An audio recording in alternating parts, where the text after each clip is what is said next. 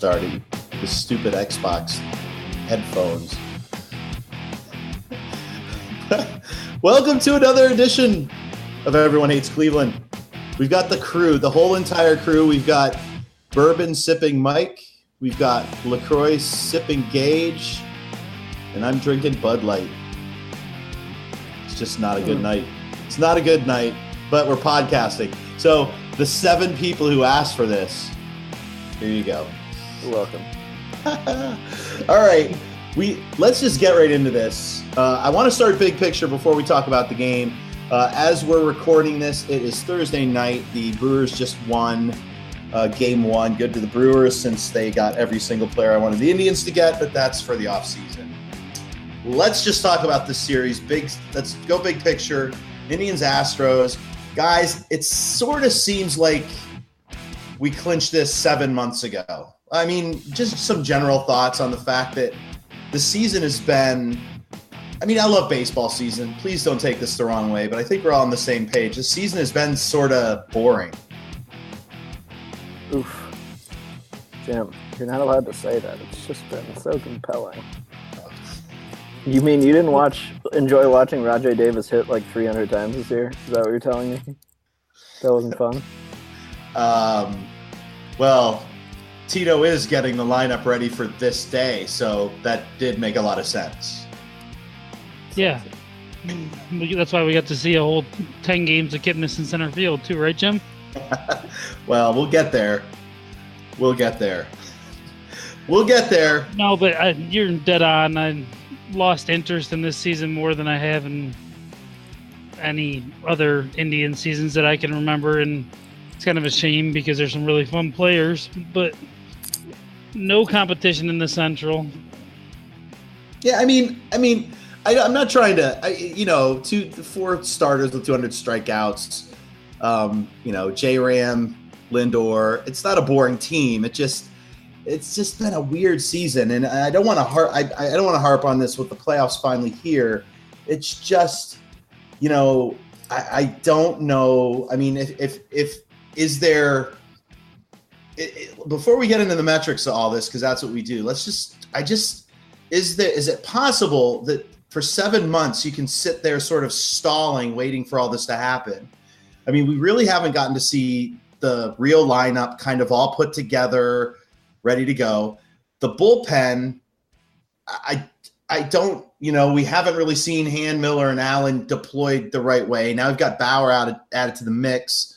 It almost feels like they're putting a bunch of pieces in place that haven't been there before. And at the end of the day, it probably doesn't matter a whole lot. But are you worried at all that by the time they figure this out, we're sitting at like game 4 down 2-1? I mean, I don't think I get where you're coming from, but I guess I haven't really thought of it that way. I could see a scenario staring down game 3 down 2-0 or staring down game 3 up 2-0. I think the pieces can gel at the right time in baseball. I don't know what do you think, Hattery? I think deploying these pieces is really damn simple. I mean, I guess it is.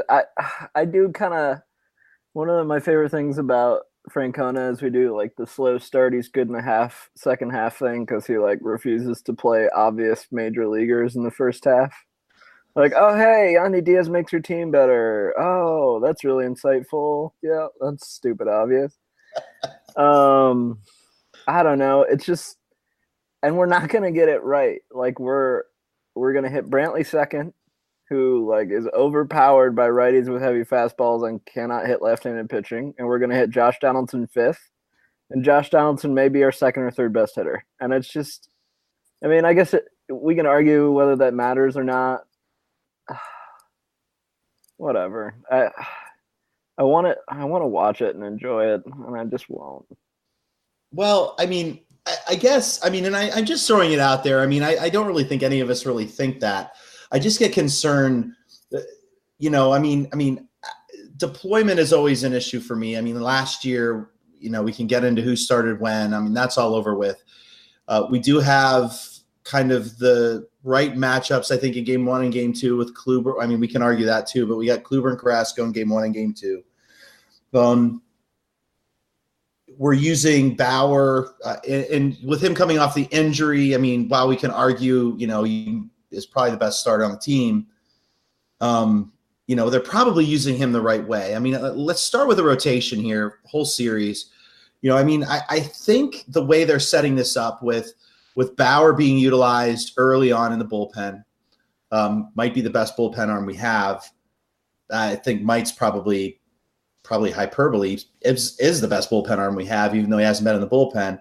And then you've got Carrasco in the pen later. I mean, this is sort of kind of the geek out for us, because I think, Bauer has the potential to perhaps, pitch in 3, possibly 4 games, including a start.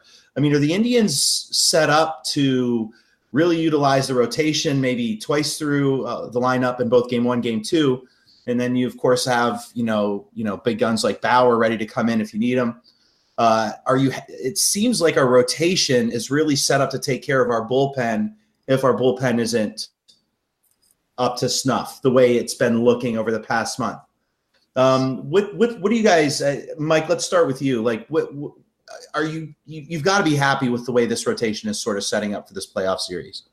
Yeah, I think this whole roster from a fit perspective might be the easiest and kind of most fascinating to deploy of this 3-year stretch. I mean, the bullpen is a little down, so I definitely would understand that disagreement. But I think this is one of the Indians' better benches.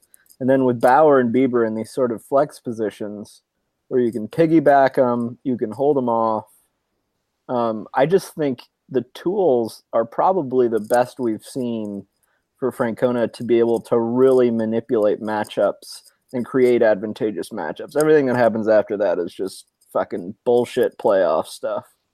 But, I mean, like, up till then, Francona has a ton of control and really good weapons to deploy, and it starts with the rotation. Gage. I agree completely with what he's saying, but I want to point out that I don't think the Bauer move to his fireman role or whatever, however they're going to use him, I think it's more about the rest of the bullpen than anything about Trevor Bauer's health. I think they're comfortable with where Bauer is, and I know that the Astros hit lefties better than maybe any team in the last couple decades.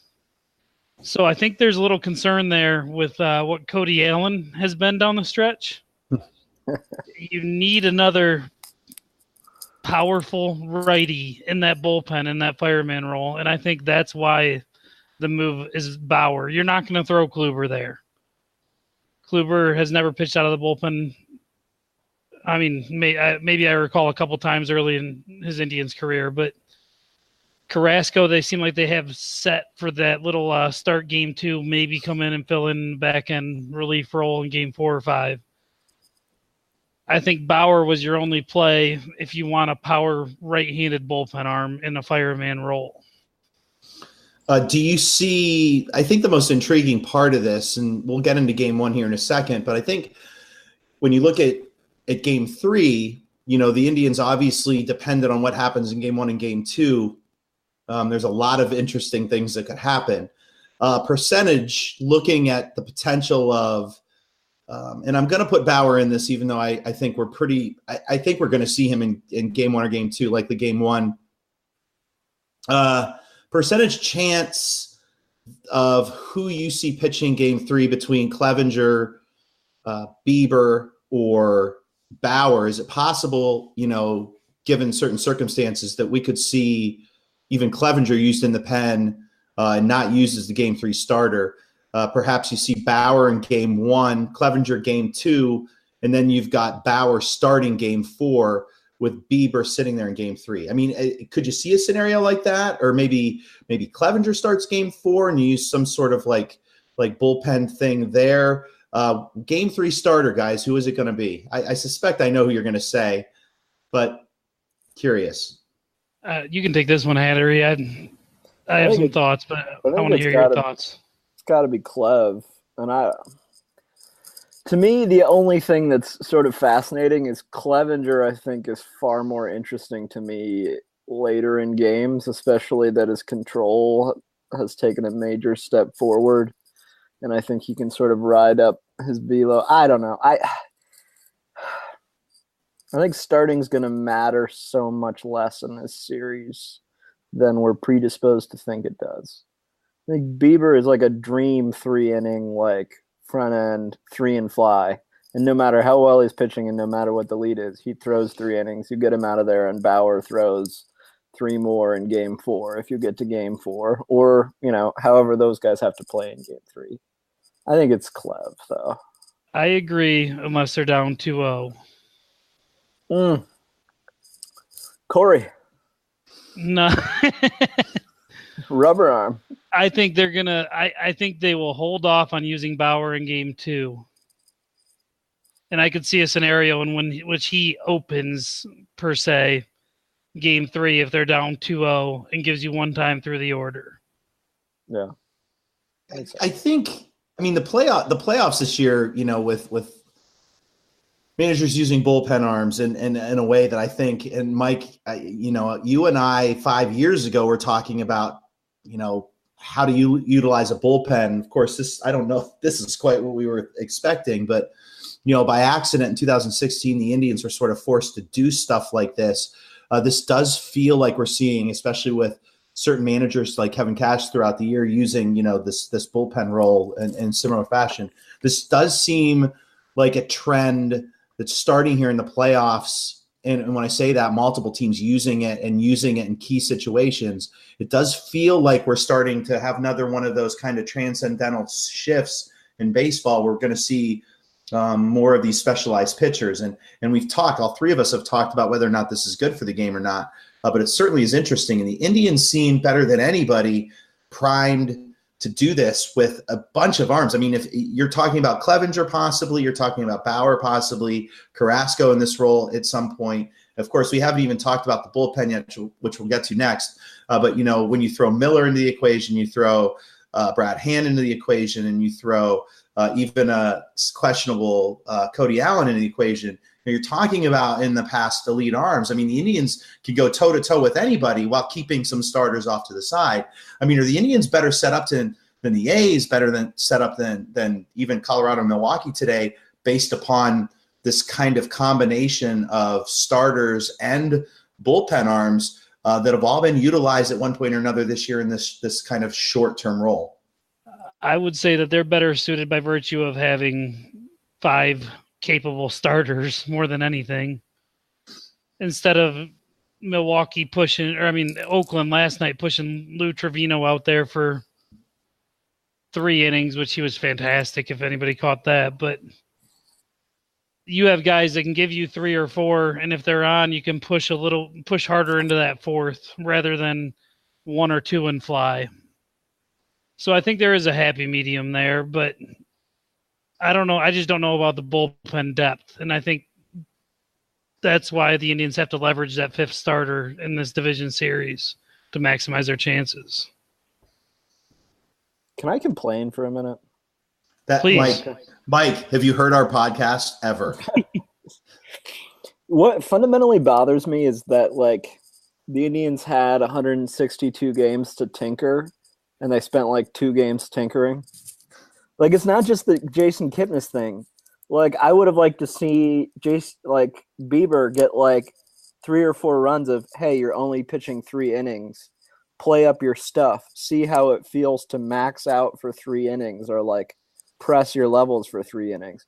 You have 2 months to completely dick around, and you just used it to get Melky Cabrera more at bats.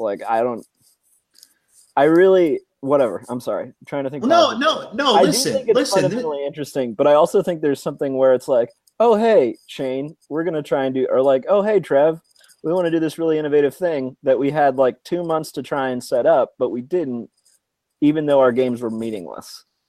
Well, that's what, I mean, I listened to one other podcast and I only got through about 10 minutes of it because, we got into minute 6 and minute 7 and we're listening to things like, the Indians have been over the past 3 months setting up for this very moment. And, you can I mean, I find it hard to believe that the Indians at some level didn't think they were going to make a move to third base. You have the manager come out at one point saying, we're not moving Kipnis to center.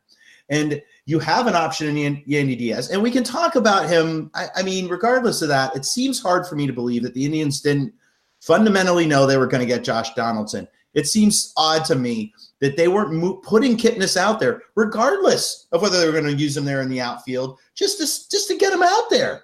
So you can start with Kipnis. You can start with JRam moving to second base here and there so that he can refresh himself with a position that he pretty much dominated every year that he's played there. Now is trying to figure it out. And yeah, it doesn't seem like he's primed to just figure it out against Houston.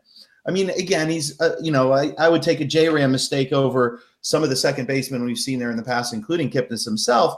But you're 100% correct, especially with this bullpen. Miller's just been hurt. Like, he's missed 3 months. Like, why haven't you been doing stuff that looks like it's the playoffs? They haven't really been setting up. They've just sort of been treading water. So, okay, I didn't yell, which I think is a plus. But, Gage, since we're in our bitch session before we actually talk about the bullpen, anything you want to add to that? Like, what's the one thing I think, we talk a lot off air. What's the one thing that drives you nuts about this team? And I know we could probably get into 2 or 3, but it is our podcast. It's what we do. Like, what's the one thing that's driving you nuts right now? What's driving me nuts is kind of similar to that point. You spent August and September with the division in the bag. And did any of your starters get an extended break? Yes. Kill them. I mean, Corey Kluber was pitching 8-inning, 115 pitches against the Royals in September. Like, maybe that's what he wants, but if you got the world champion manager of all managers, you think you can tell him, hey, we're just going to fabricate this little 10-day DL stint and abuse it and give you a 2-week rest. And they finally did it with Cody Allen when it felt like, okay, well, maybe now it's too late. And maybe you should have done this in mid-August when he couldn't stop giving up home runs. I just felt like it goes back to the same point. You had 2 months to tinker. Legitimately. I mean, you weren't blowing that division after August 1st. You had 2 months to tinker, and Lindor and Ramirez got about 3 combined off days over the last 2 months. And that was the most egregious to me. Like, Jose Ramirez looked like he couldn't hit a barn door at times. Like, he was having a historic season, and he just looked beat in early September, and we're like, we'll give him a day off, and that's it. Like, I also just fundamentally don't understand that. And Gage, hardcore plug, did a hardcore good piece on Jose Ramirez and sort of some swing adjustments and sort of tied swing percentage in the zone to his WRC plus decline, which is really phenomenal. So you should read it. But I can't help but think that part of it is just like, that dude was burned. Like, what are we doing? Like, if he and Lindor suck in October, like, you suck. And if you can improve the odds of them not sucking by 5% by sitting them 2 more times in September, how the hell do you not do it? Well, let's start with Gage's piece. It's for those that haven't read it yet, it's Finding is Slumping Jose Ramirez in time for the ALDS. It was posted this morning at WFNY. Make sure you check it out. Gage makes a point, again, Mike mentioned it, talking about, how he was laying off pitches in the zone as opposed to attacking the zone early in the year. Gage, is it, reading your article and a fantastic article and you made it sound almost too easy. Let me throw something at you, kind of the twist of this. And Mike was alluding to this a second ago. It does seem like if he just swings more in the zone, we get to see a little bit more of that Jose Ramirez from the beginning of the year. But let me ask you this. I mean, how much fatigue is playing a part in the fact that he either doesn't feel like he can get around in the zone, so he's taking more pitches, or I don't know that there's a part 2 to that. I mean, how much fatigue is in the fact that he's not swinging at more pitches? And I kind of made it sound too easy with a purpose, because it's kind of ironic, because I don't know how much he controls it. It's just kind of like it's all cyclical. It's the peaks and valleys that come with, and what was so impressive about him before August 15th of this season, when he started the massive decline, was how well he had avoided those valleys over the past 12 months. But he fell into a rut and just wasn't swinging at pitches that he capitalized on. Like, there's a specific quadrant of the zone that he specifically rakes, and that's down and away when he's facing righties. And he went from swinging at 70% of those pitches to 40%. Yeah. Like, that is his sweet spot where he's doing all his damage. And I think I mentioned in the piece, but it wasn't like a pitch recognition issue either, because he wasn't sitting there flailing at balls. His zone eye, his out of zone eye was fine. That's why it makes me think it was almost like a mental patience thing, which I want to tie back to the rest. Give him a few days off. Give him, if not for physical rest, just a mental reset. And the good thing is, and I kind of made it, the purpose of making it sound so easy is, it appears that he's kind of coming back to form and starting to bring that swing at those pitches again over the past couple weeks. So I don't know. Maybe they were banking on the 4-day rest before the ALDS. Well, it's possible, and I do think the playoff baseball does bring a certain different energy to this. But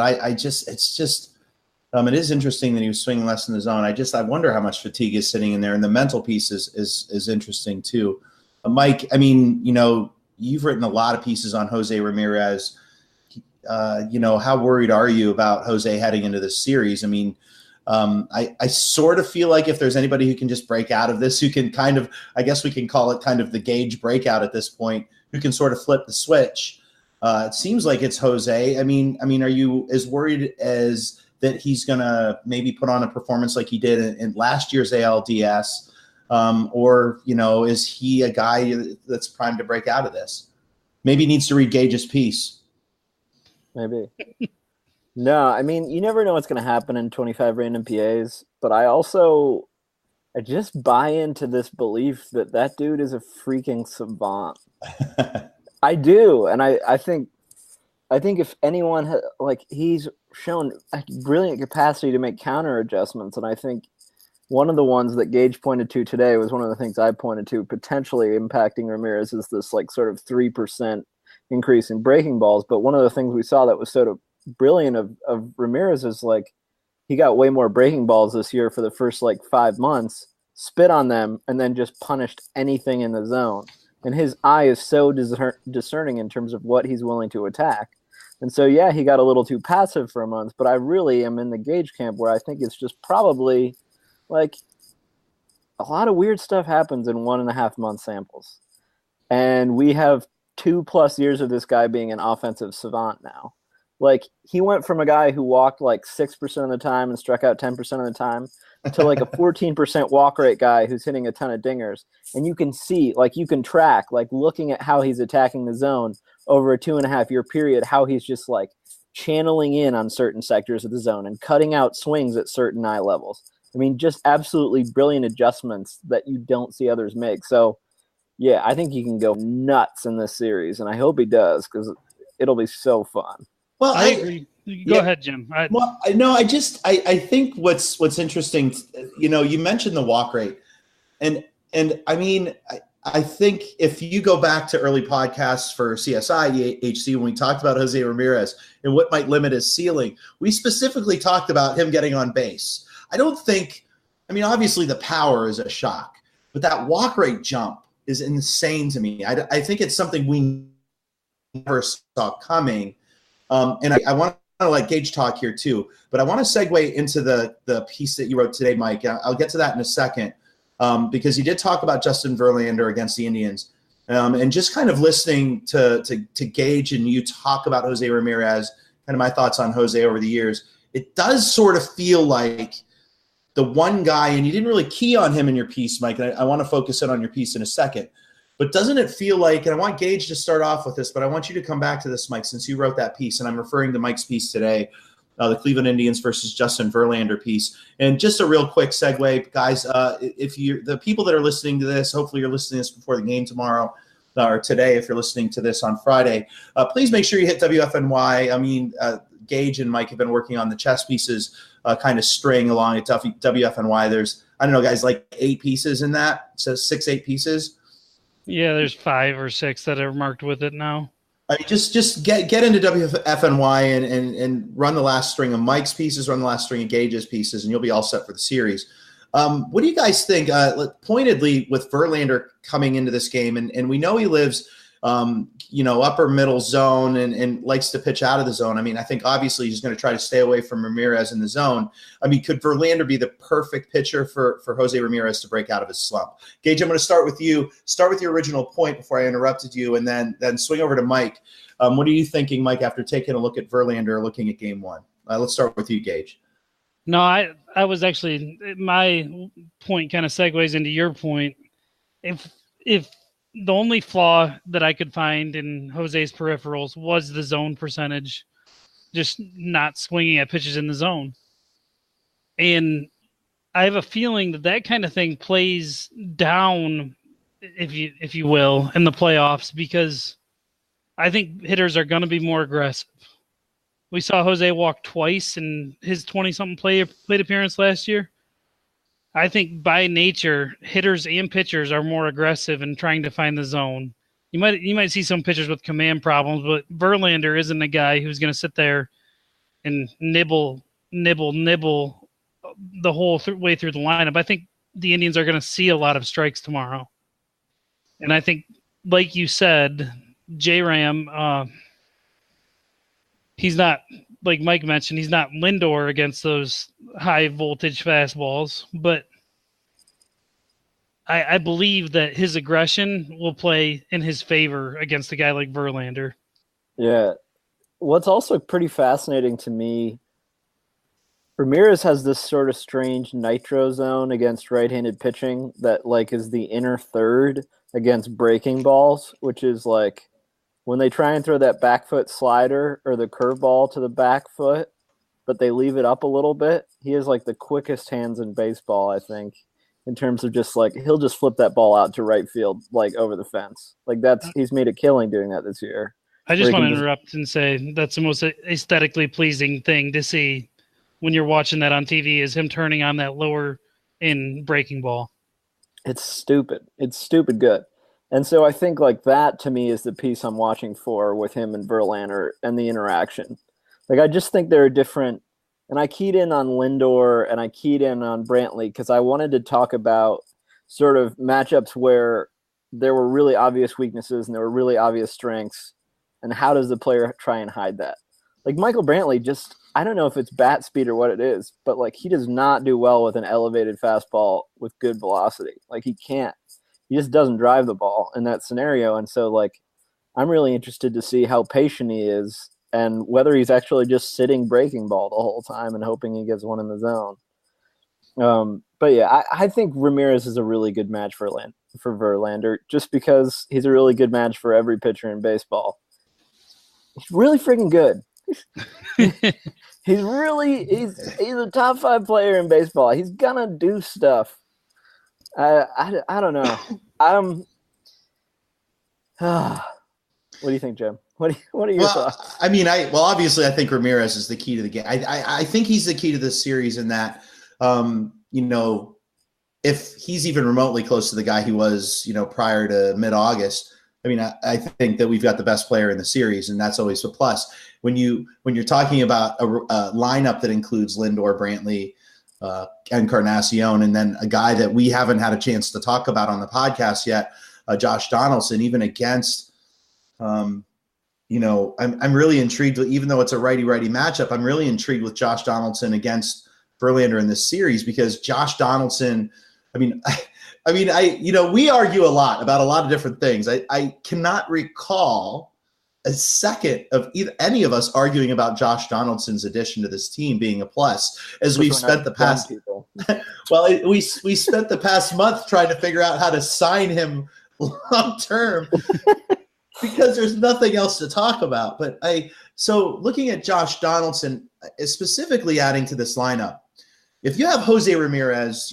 tomorrow lighting things up, I mean, you've lengthened this lineup massively with Josh Donaldson, and it makes the bottom of our lineup at least interesting, dependent on who's in there. I'm trying real hard not to talk about the Melky Cabreras and, is Yan Gomes healthy, and, how long do they keep Jason Kipnis in the game? Are they going to keep him in the whole game? Should he even be starting ahead of Greg Allen at this point? I don't know. But let's focus on Josh Donaldson for a second. And Mike, I'll go to you first on this one. A huge addition. I mean, one of the most understated additions, I think. I know they made a big deal about how we got him and the whining and bitching from all the big market teams, but rarely does a player make impact the way I think Josh Donaldson can in the playoffs, just because of the type of swing that he has and the type of player that he is, even defensively. What role does he play in this? I mean, we literally added an MVP candidate from past years to our team, and he seems to be playing like that MVP candidate. Mike, Josh Donaldson, how do we sign him long term? No, I'm just kidding. So, man, this is the thing. I really think we've slept on. I think we're seeing like Josh Donaldson from 2016 again. I'm crazy like that. I mean, let me pull the data here because I'm a little slow. Wait, hold on. While you're saying that, when you say we, I think you really need not to say we. Don't say we, because I think that, I mean, I don't know how many times we've implicitly stated the 2016 comps, but I think we're all probably, I mean, I was just watching Gage nod there, and I'm trying to buy you some time here, Mike, but I think without looking at numbers, I think that we're seeing, I've seen some exit velocities that have been very interesting, and he's launched some balls that obviously we haven't seen from him in a long time. But Mike, I'm assuming that your iPhone 1 has pulled up the data. Yeah, my cat's having a coughing fit, which is problematic. But nonetheless, I mean, partially because the last month didn't matter, but Josh Donaldson posted 150 WRC plus when he was with the Indians, which is like basically peak MVP candidate Josh Donaldson. And obviously we have other sample size where he was like pretty mad, where he was hurt, but like when you have someone who regularly does something and then they're healthy and they're doing that thing again, it's not unreasonable to draw the conclusion that they're probably still very good, which makes hitting him fifth absurd, but that's fine. But I think one of the things with Donaldson that's really interesting is when I went to do this pitcher preview piece, I was like, how would I attack Josh Donaldson? That was one of the things I just sort of wanted to look at. And the reality is he's just one of those guys who, when he's healthy, is a top 10 player in baseball who's really hard to attack. He hits hard stuff. He hits soft stuff. He's disciplined. He hits for power.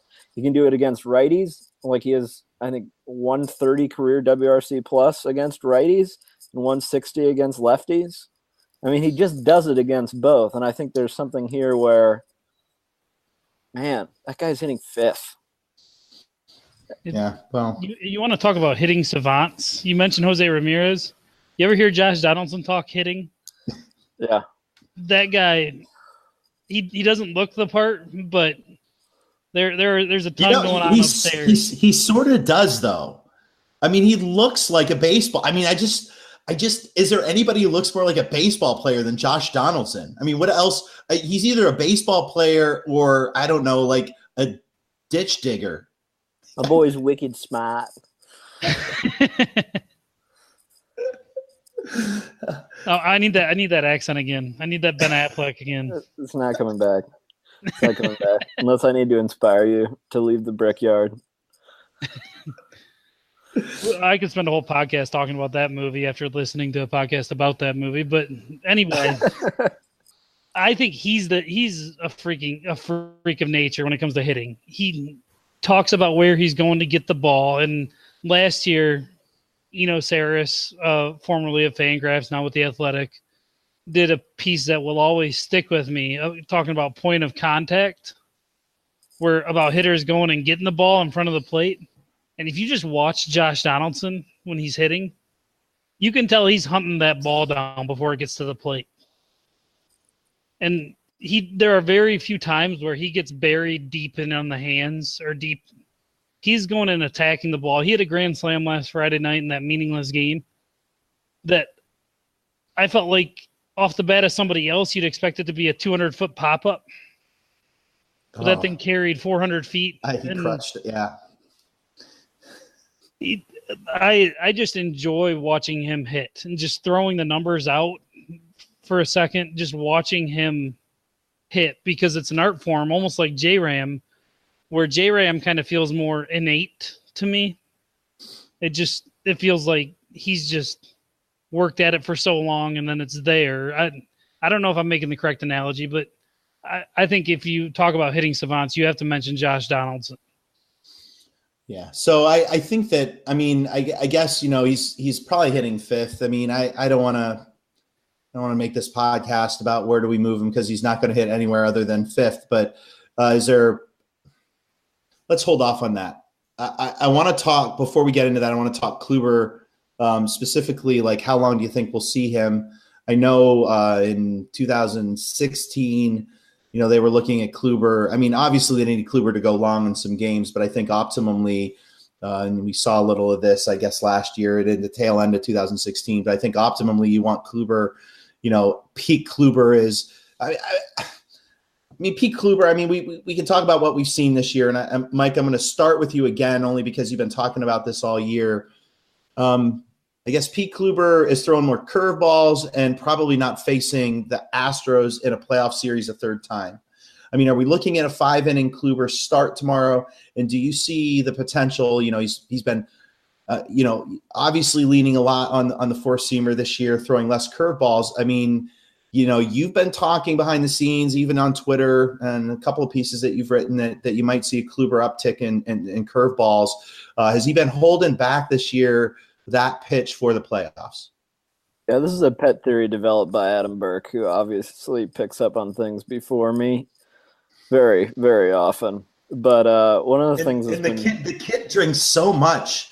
Like, I think the bourbon and beer, and it makes him so smart. Berkey, you're so smart. So I think what's pretty fascinating is, like, let's just take the slider from 2017, and it's like, from about June on, he's sitting 25% and above. And this year, he's throwing at 20 to 22% all year. And then in September and October of last year, he's throwing at 35 and 40%. So I think once again, we're just going to see one of these things where it's like, he's throwing the slider 40% of the time tonight. Like, that's going to happen. And Gage documented this pretty well. And I think something we're talking about is just like, I think Brooks Baseball does a really good job of sort of like scoping in what's curveball and slider, but a lot of them are pretty similar, and defining them is difficult. And Gage really keyed in on how the best way to attack the Astros offense probably is heavy curveball usage. It's something they've really struggled with, and to a lesser extent slider. And I think that's what we're going to see. I think we're going to see 40% slider from Kluber. I think we're going to see some more slurvy breaking balls, which he breaks out sometimes.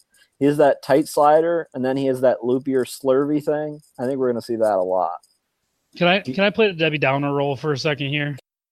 Gage, Gage, God dang it! What the heck? I'm mortified about. Can't we just have one sit down where I say something and you just agree with it? Like, honest to God, like, just shut the hell up and agree. No, I'm just kidding. Go ahead. I'm not mortified. See, Kluber's down is 90% of pitchers where they wish they could be. But this is all valid, by the way. I'm just busting chops because you have talked about this all year, and of course, I've always countered with, I know he's down, but his FIP's pretty good. His xFIP's pretty good. It's not as good as last year, but it's still better than everybody else's. And his ERA is pretty good. And he still struck out 200 and some, and he still pitched, over 200. But I think, and Mike and I have gotten hammered for this in the past because how many times we've said, yeah, this is it. He's done. He's freaking done. I think we said the aging curve comes for everyone, Jim, to defend us. And it does. We all die. We're all dying. Everyone except Jason Kipnis, okay? Yeah. So anyways, I just want to preface all this with the fact that I think Mike and I in several podcasts have declared the end of Kluber, have taken literal hell for it. So he's saying he's down a little bit is probably not quite on that scale. So as much as I'm busting your ass on this, I'm not calling this the end. I'm not calling this. I'm not saying he's going to fall into a well in the Indians' dugout and never appear again. I'm saying like that's what you're saying, Gage. I don't know. What to tell you. Francona still thinks he's got 2017 Kluber or 2014 Kluber in his bag, and I'm kind of worried about how that progresses in the 4th and 5th and 6th innings And I mean, Kluber of these ALDS games, I mean, Kluber can ramp up his curveball or slider, whatever you want to call it, breaking ball usage. And I agree with Burke and Hattery that he's probably going to, but I'm still worried about that fastball being down a couple ticks. Well, I mean, and it seems like when he gears back, especially as the game progresses, it does feel like, I think the one worry everybody has with Kluber is with that down tick a little bit in velocity, Gage, that we see that ball rise up a little bit. And if that ball rises up against this Astro team, they're going to just destroy him. I mean, yeah, and you saw guys like Daniel Palka, or however you pronounce him, 5th hitter on the White Sox name, Matt Davidson, they were even keying in on it a little bit. So when those guys turn into Marwin Gonzalez and George Springer. Marwin Gonzalez. Stop it. Marwin Gonzalez is a pet project of mine. I like him. He can play. But come on. Oh, how about Yuli Gurriel? Ugh, God, he's a... They didn't carry Evan Gaddis, so... You mean Eric Haas? They're the same person. Yeah, except for Gaddis actually puts his bat on the ball. Oh, shut up. It's a 10 PA sample. Did Gaddis ever go over 5 with 5 Ks in AAA? Pretty sure he's probably done that like 20 times. I'm pretty sure. I think there's an article. I will look at that, but I am almost certain. Okay, so here's my pitch. Here's my pitch back. Okay. I get that. His second worst pitch is his cutter, which he's thrown second most of any pitch this year. And he's just going to be cutting the hell out of his cutter usage, not to overuse the word cut too much. He's going to be ramping up the slider, which is maybe one of the 5 best pitches in baseball. And so, yeah, I mean, he's not a 2-time Cy Young Award winner this year. Like, he's not as good, but he's also still like one of those 10 guys you want on the mound when it matters. I'm pretty sure you just quoted 7 other podcasts right there. He wants to be in the room where it happens. That's all I want. I need to spin this back to the weird thing where Kluber's not human, and maybe what makes all these concerns irrational is, have you ever looked at his splits? Bodie and I were talking about this the other day. His splits the 3rd time through the order. I have. It's gross. So dumb. The weighted on base average, that's when he's best, is when he's facing hitters a 3rd time. Yeah. So, I mean, I guess that brings back to the original point. Like, what are we going to see? Playoff baseball is a different thing, but we are talking about Francona here. I mean, Kluber's his guy. If he's pitching well, does he leave him in? Would you leave him in? Let's start with you, Gage. I mean, is this just a scenario where 2nd time through or 5th inning, 6th inning, you're just going to pull Kluber to bring in your fresh arm? Or, do you ride your ace? I might be in the minority from a lot of people on this, but I ride. There are certain guys in the majors that I think you ride when they're pitching well, and Kluber's one of those guys. Carrasco's one of those guys. Bauer's one of those guys. I was kind of upset. Yeah, Verlander, Keuchel, Cole, all of those guys. I was kind of upset when Carrasco got pulled in New York last year. I think it was he allowed a hit in the 6th inning or something like that. And I get the splits arguments, and I just think there are some guys that you just let roll. And Kluber definitely, even with my negativity earlier, I let him roll and deal. I don't know. Like you just played both sides of the coin. You just played both sides. You know, you're just being contrary now. I just Mike, just go because I'm gonna. I got nothing. Yeah, they're gonna be fine. What do you think, Mike? Like, I mean, I think I've in all the reading that I've done, I've seen a lot of talk about, you know, just the kind of straight line, you know, with the Indians with Trevor Bauer, like you pull your starter in the fifth, bring in your fresh guy, especially since it's arguably the best pitcher in the entire Indians team this year. I mean, where are you with? I mean, this is Kluber that we're talking about. This is a guy that obviously has been key for us in the 2016 playoffs. He wasn't the same last year for a variety of reasons. Like, are you worried about stamina being an issue? You talked earlier about, you know, how they didn't, you know, how they've used him, just basically used him up this year. That's overstating it a bit, but you know, I mean, where are you with this? I mean, you just kind of play it. Do you play the gut like we know Francona is going to do, or are you just going to be locked into kind of a strategy where, you know, you get through the second, you maybe, you know, if he's facing a guy or two that he's pitched well against, you leave him in and then you pull him for Bauer early. Yeah, I'm trying to steal this. I think sort of conceptually similar. Travis Sawchuk, who is brilliant, writing at 538 now, put out this really cool piece on reliever usage. One thing that I found super fascinating was they posted this infographic showing like reliever first and second time through the order versus starter first, second, and third time through the order. And I think Cleveland was the only team in the playoffs where their starting pitchers third time through the order were still better than their bullpen first time through the order in 2018, which is fairly dark. And I think probably not representative of where we are now. Obviously, when you're going to be deploying Bauer, Hand didn't get in till the second half. I think it's obviously going to be a little different. But I also think it is pretty representative of what you and Gage were both noting with Kluber and Carrasco, which is like these guys are pretty good deep in games, and Bauer's very similar. That's kind of the sad part of like Bauer not being able to throw 8 innings in the playoffs this year is like that dude is so good the third time through as well now, just because he gets the game theory components so well and he knows how to adapt. So, I mean, I think you'll see a longer leash with Indian starters than you'll see with most other teams, just because the marginal value gap between their starters and relievers doesn't really offer the same value proposition that it does for a lot of other teams. So are we looking at this bullpen? You know, I guess we sort of have to wrap this up at some point, but are we looking at this bullpen?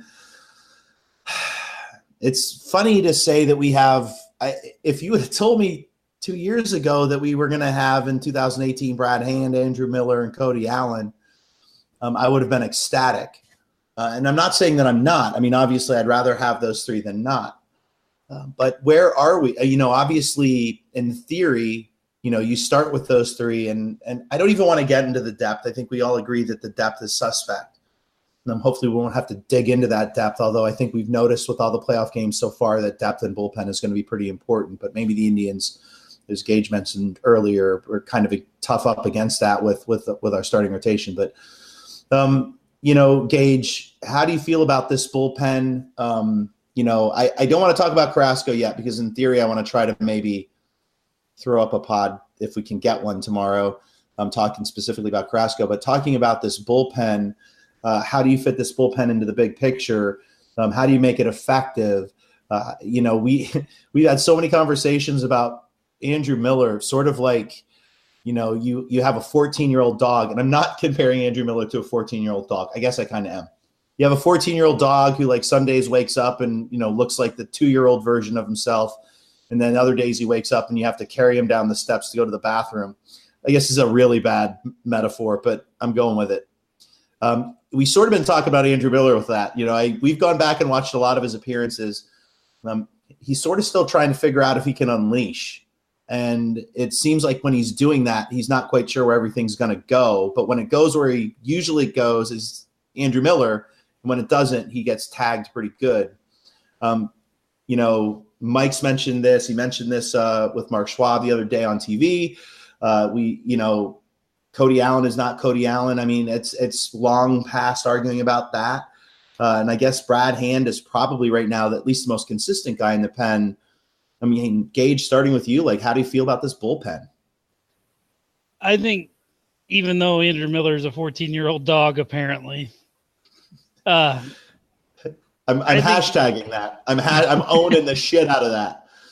When you throw a bone in front of a 14-year-old dog for a few days in a row, he can still have a little life under him. And I think the postseason, I wouldn't be surprised to see Andrew Miller and Cody, maybe not Cody as much, but Andrew Miller, the way he pitched at the end of September, I wouldn't be surprised to see him be 90% of what he was a couple of years ago. And the other caveat here is he's not being asked to be the most important pitcher on this team. In a 5-game series, you have, as far as importance goes, I'll lob this over to you guys too, but I think your first, if you're going to use a 4-man rotation, your starter is the most important. Your number 1 starter's the most important, and then your number 1 and number 2 relievers. For me, that's how I would. What do you think about that, Hattery? Yeah, I'm good with that. I agree. So I think that's why you kind of leverage Bauer into that 2 or 3 that top reliever role, because now you have Corey Kluber going twice in games 1 and game 5. And you have Bauer and Hand being able to get their fingerprints on 2 to 3 games each. And the fingerprints being 2 to 3 innings, probably. I think Brad Hand can give you 2 innings for sure. So I'm pretty comfortable with where the bullpen's at, even with Miller and Miller and Allen question marks. I think you can play Bauer and Hand up enough, and as long as you have a stable number 1 starter, I think you're going to be all right. Mike, I mean, is this feeling? I mean, Gage, you sort of described maybe the opposite of what we saw in 2016. Mike, is that what this playoff run may be all about? I mean, we obviously have one of the top 2 or 3 rotations in baseball. I mean, are we somehow showcasing that the bullpen isn't the most important part of a baseball team, especially the Cleveland Indians this year? Yeah, I think too we're going to see that the starting rotation is still really important. They're just going to be – I think we're going to see a really interesting interchangeability of rotation arms that's reflective of more how the Tampa Bay Rays see baseball, and it's partially going to be because – the bullpen isn't that good, and the starting rotation is amazing. And the starting rotation, you don't need to use all of them, so you move them around. I will say I'm less nervous about Miller. I'm weirdly high on Miller. I also love how good Andrew Miller's been. That we see a 350 FIP, and a third of his innings he was clearly pitching hurt, and we're like, man, what a down year from this guy.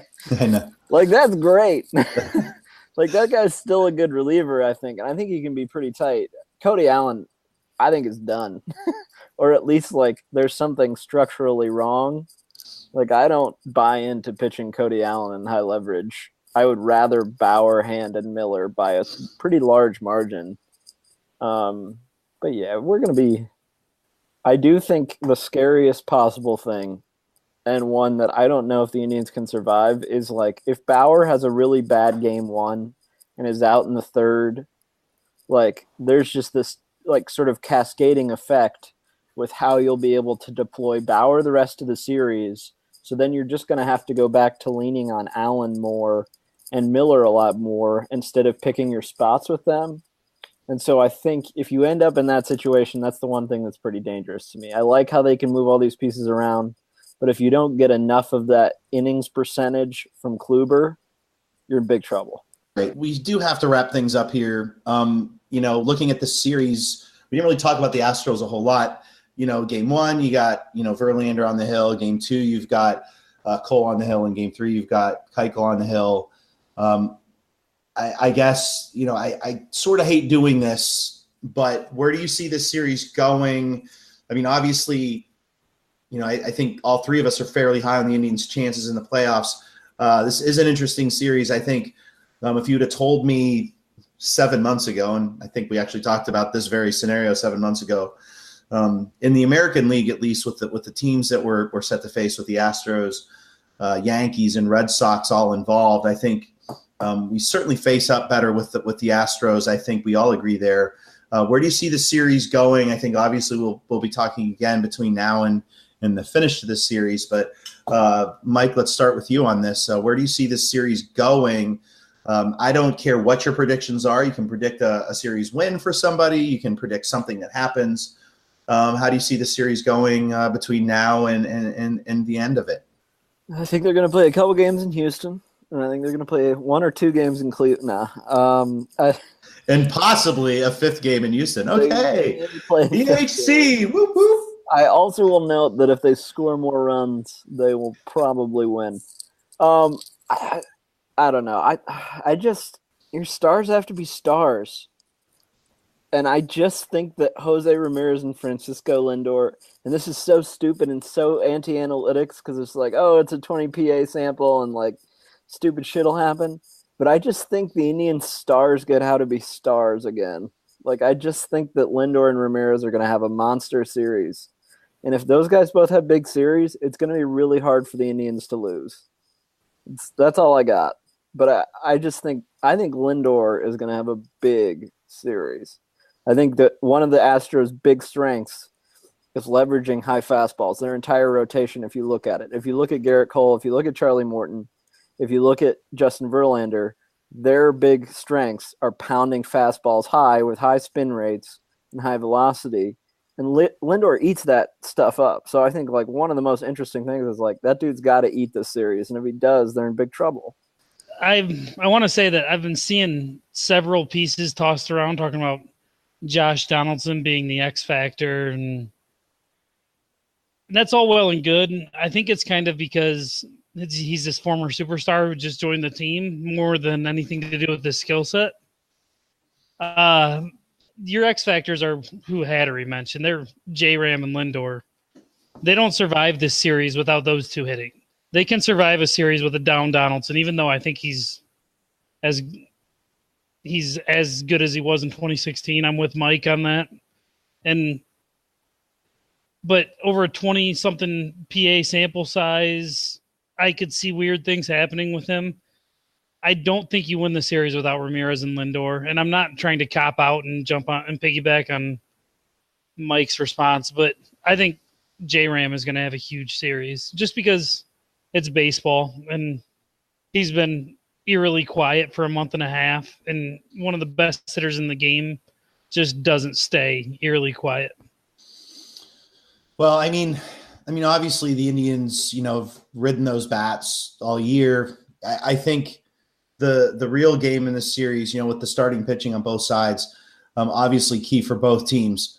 I think we could see some low scoring games. The funny thing is we have some players on both teams in the bottom of the lineup, in the middle of the lineup that we haven't talked about at all, like Edwin Encarnacion, who heated up a little bit last playoffs until he got hurt. It could be one of those series where, we have a couple of games where Lindor and JRam do carry it. But I do think, when we talk about these fringe guys, and I don't know if that's the right term for guys like, Edwin Encarnacion, even Jason Kipnis, I do think one swing of the bat in a series with this pitching could be a big deal. And while most likely those swings are going to come from JRam, Francisco Lindor, even Michael Brantley, Josh Donaldson, I do think that there's a place for a big swing from someone else. So I do think the Indians are going to win this series. I think they're going to win it in 4 games. I think that their pitching top to bottom and the way they can deploy it is the most interesting thing to me. I don't think game 1 matters that much. I do think that the Indians can withstand a Kluber loss, but we shall see. It's going to be a fun series. Go ahead, Gage. No, I just want to add, there's something with the Astros hitters that just they're kind of hobbling into this. Correa's got a bad back. He's been suffering all year. Altuve was on the DL in August, I think, and Springer has sat out or missed a couple games here and there down the stretch because of some awkward landings in a wrist or elbow, whatever it was. Some of their biggest pieces, besides the freak Alex Bregman, who's been perfectly healthy and raking. But some of their biggest pieces are just kind of question marks on the health side for me. So I think the Indians have a little bit of an advantage there, especially because they have all these right-handed starters to throw at a team that just rakes against lefties and is only a little bit above average against righties. All right, we'll end things there. Gentlemen, I haven't been writing anything, so I have absolutely nothing to plug, nor do I plan to plug anything other than this podcast. Michael, anything you'd like to plug? Read my pitcher previews because they're really long and they take a lot of time, and if you don't, I'll be offended. You know how many stories. Graphs I have to download, Jim? That's a lot of graphs. You know how many graphs I end up reading? Like 70, and 5 end up in the column. And guess how many I've had to download? 0. Gage, anything you want to plug? Yeah, I had fun with the Jose Ramirez piece. That, if you want to go out there and read that, it was just kind of a cool concept for me, at least from my point of view. And definitely go read Hattery's pitcher previews. They're worth your time, especially if you want to know anything about where that pitcher likes to pitch or what Indians can take advantage of it. They're very, very interesting. All right, with that being said, to all of you who wanted this podcast, here it is. My one simple shout out goes to, if you listened this far or listened at all, John Grimm. EHC podcast would have never happened without you. Thanks for being part of the team. We're glad you're back. Thanks for all the props on Twitter. Good luck with your new job. That's from all of us to you, man. So thanks. Peace. Go Tribe. Have a good night, everybody.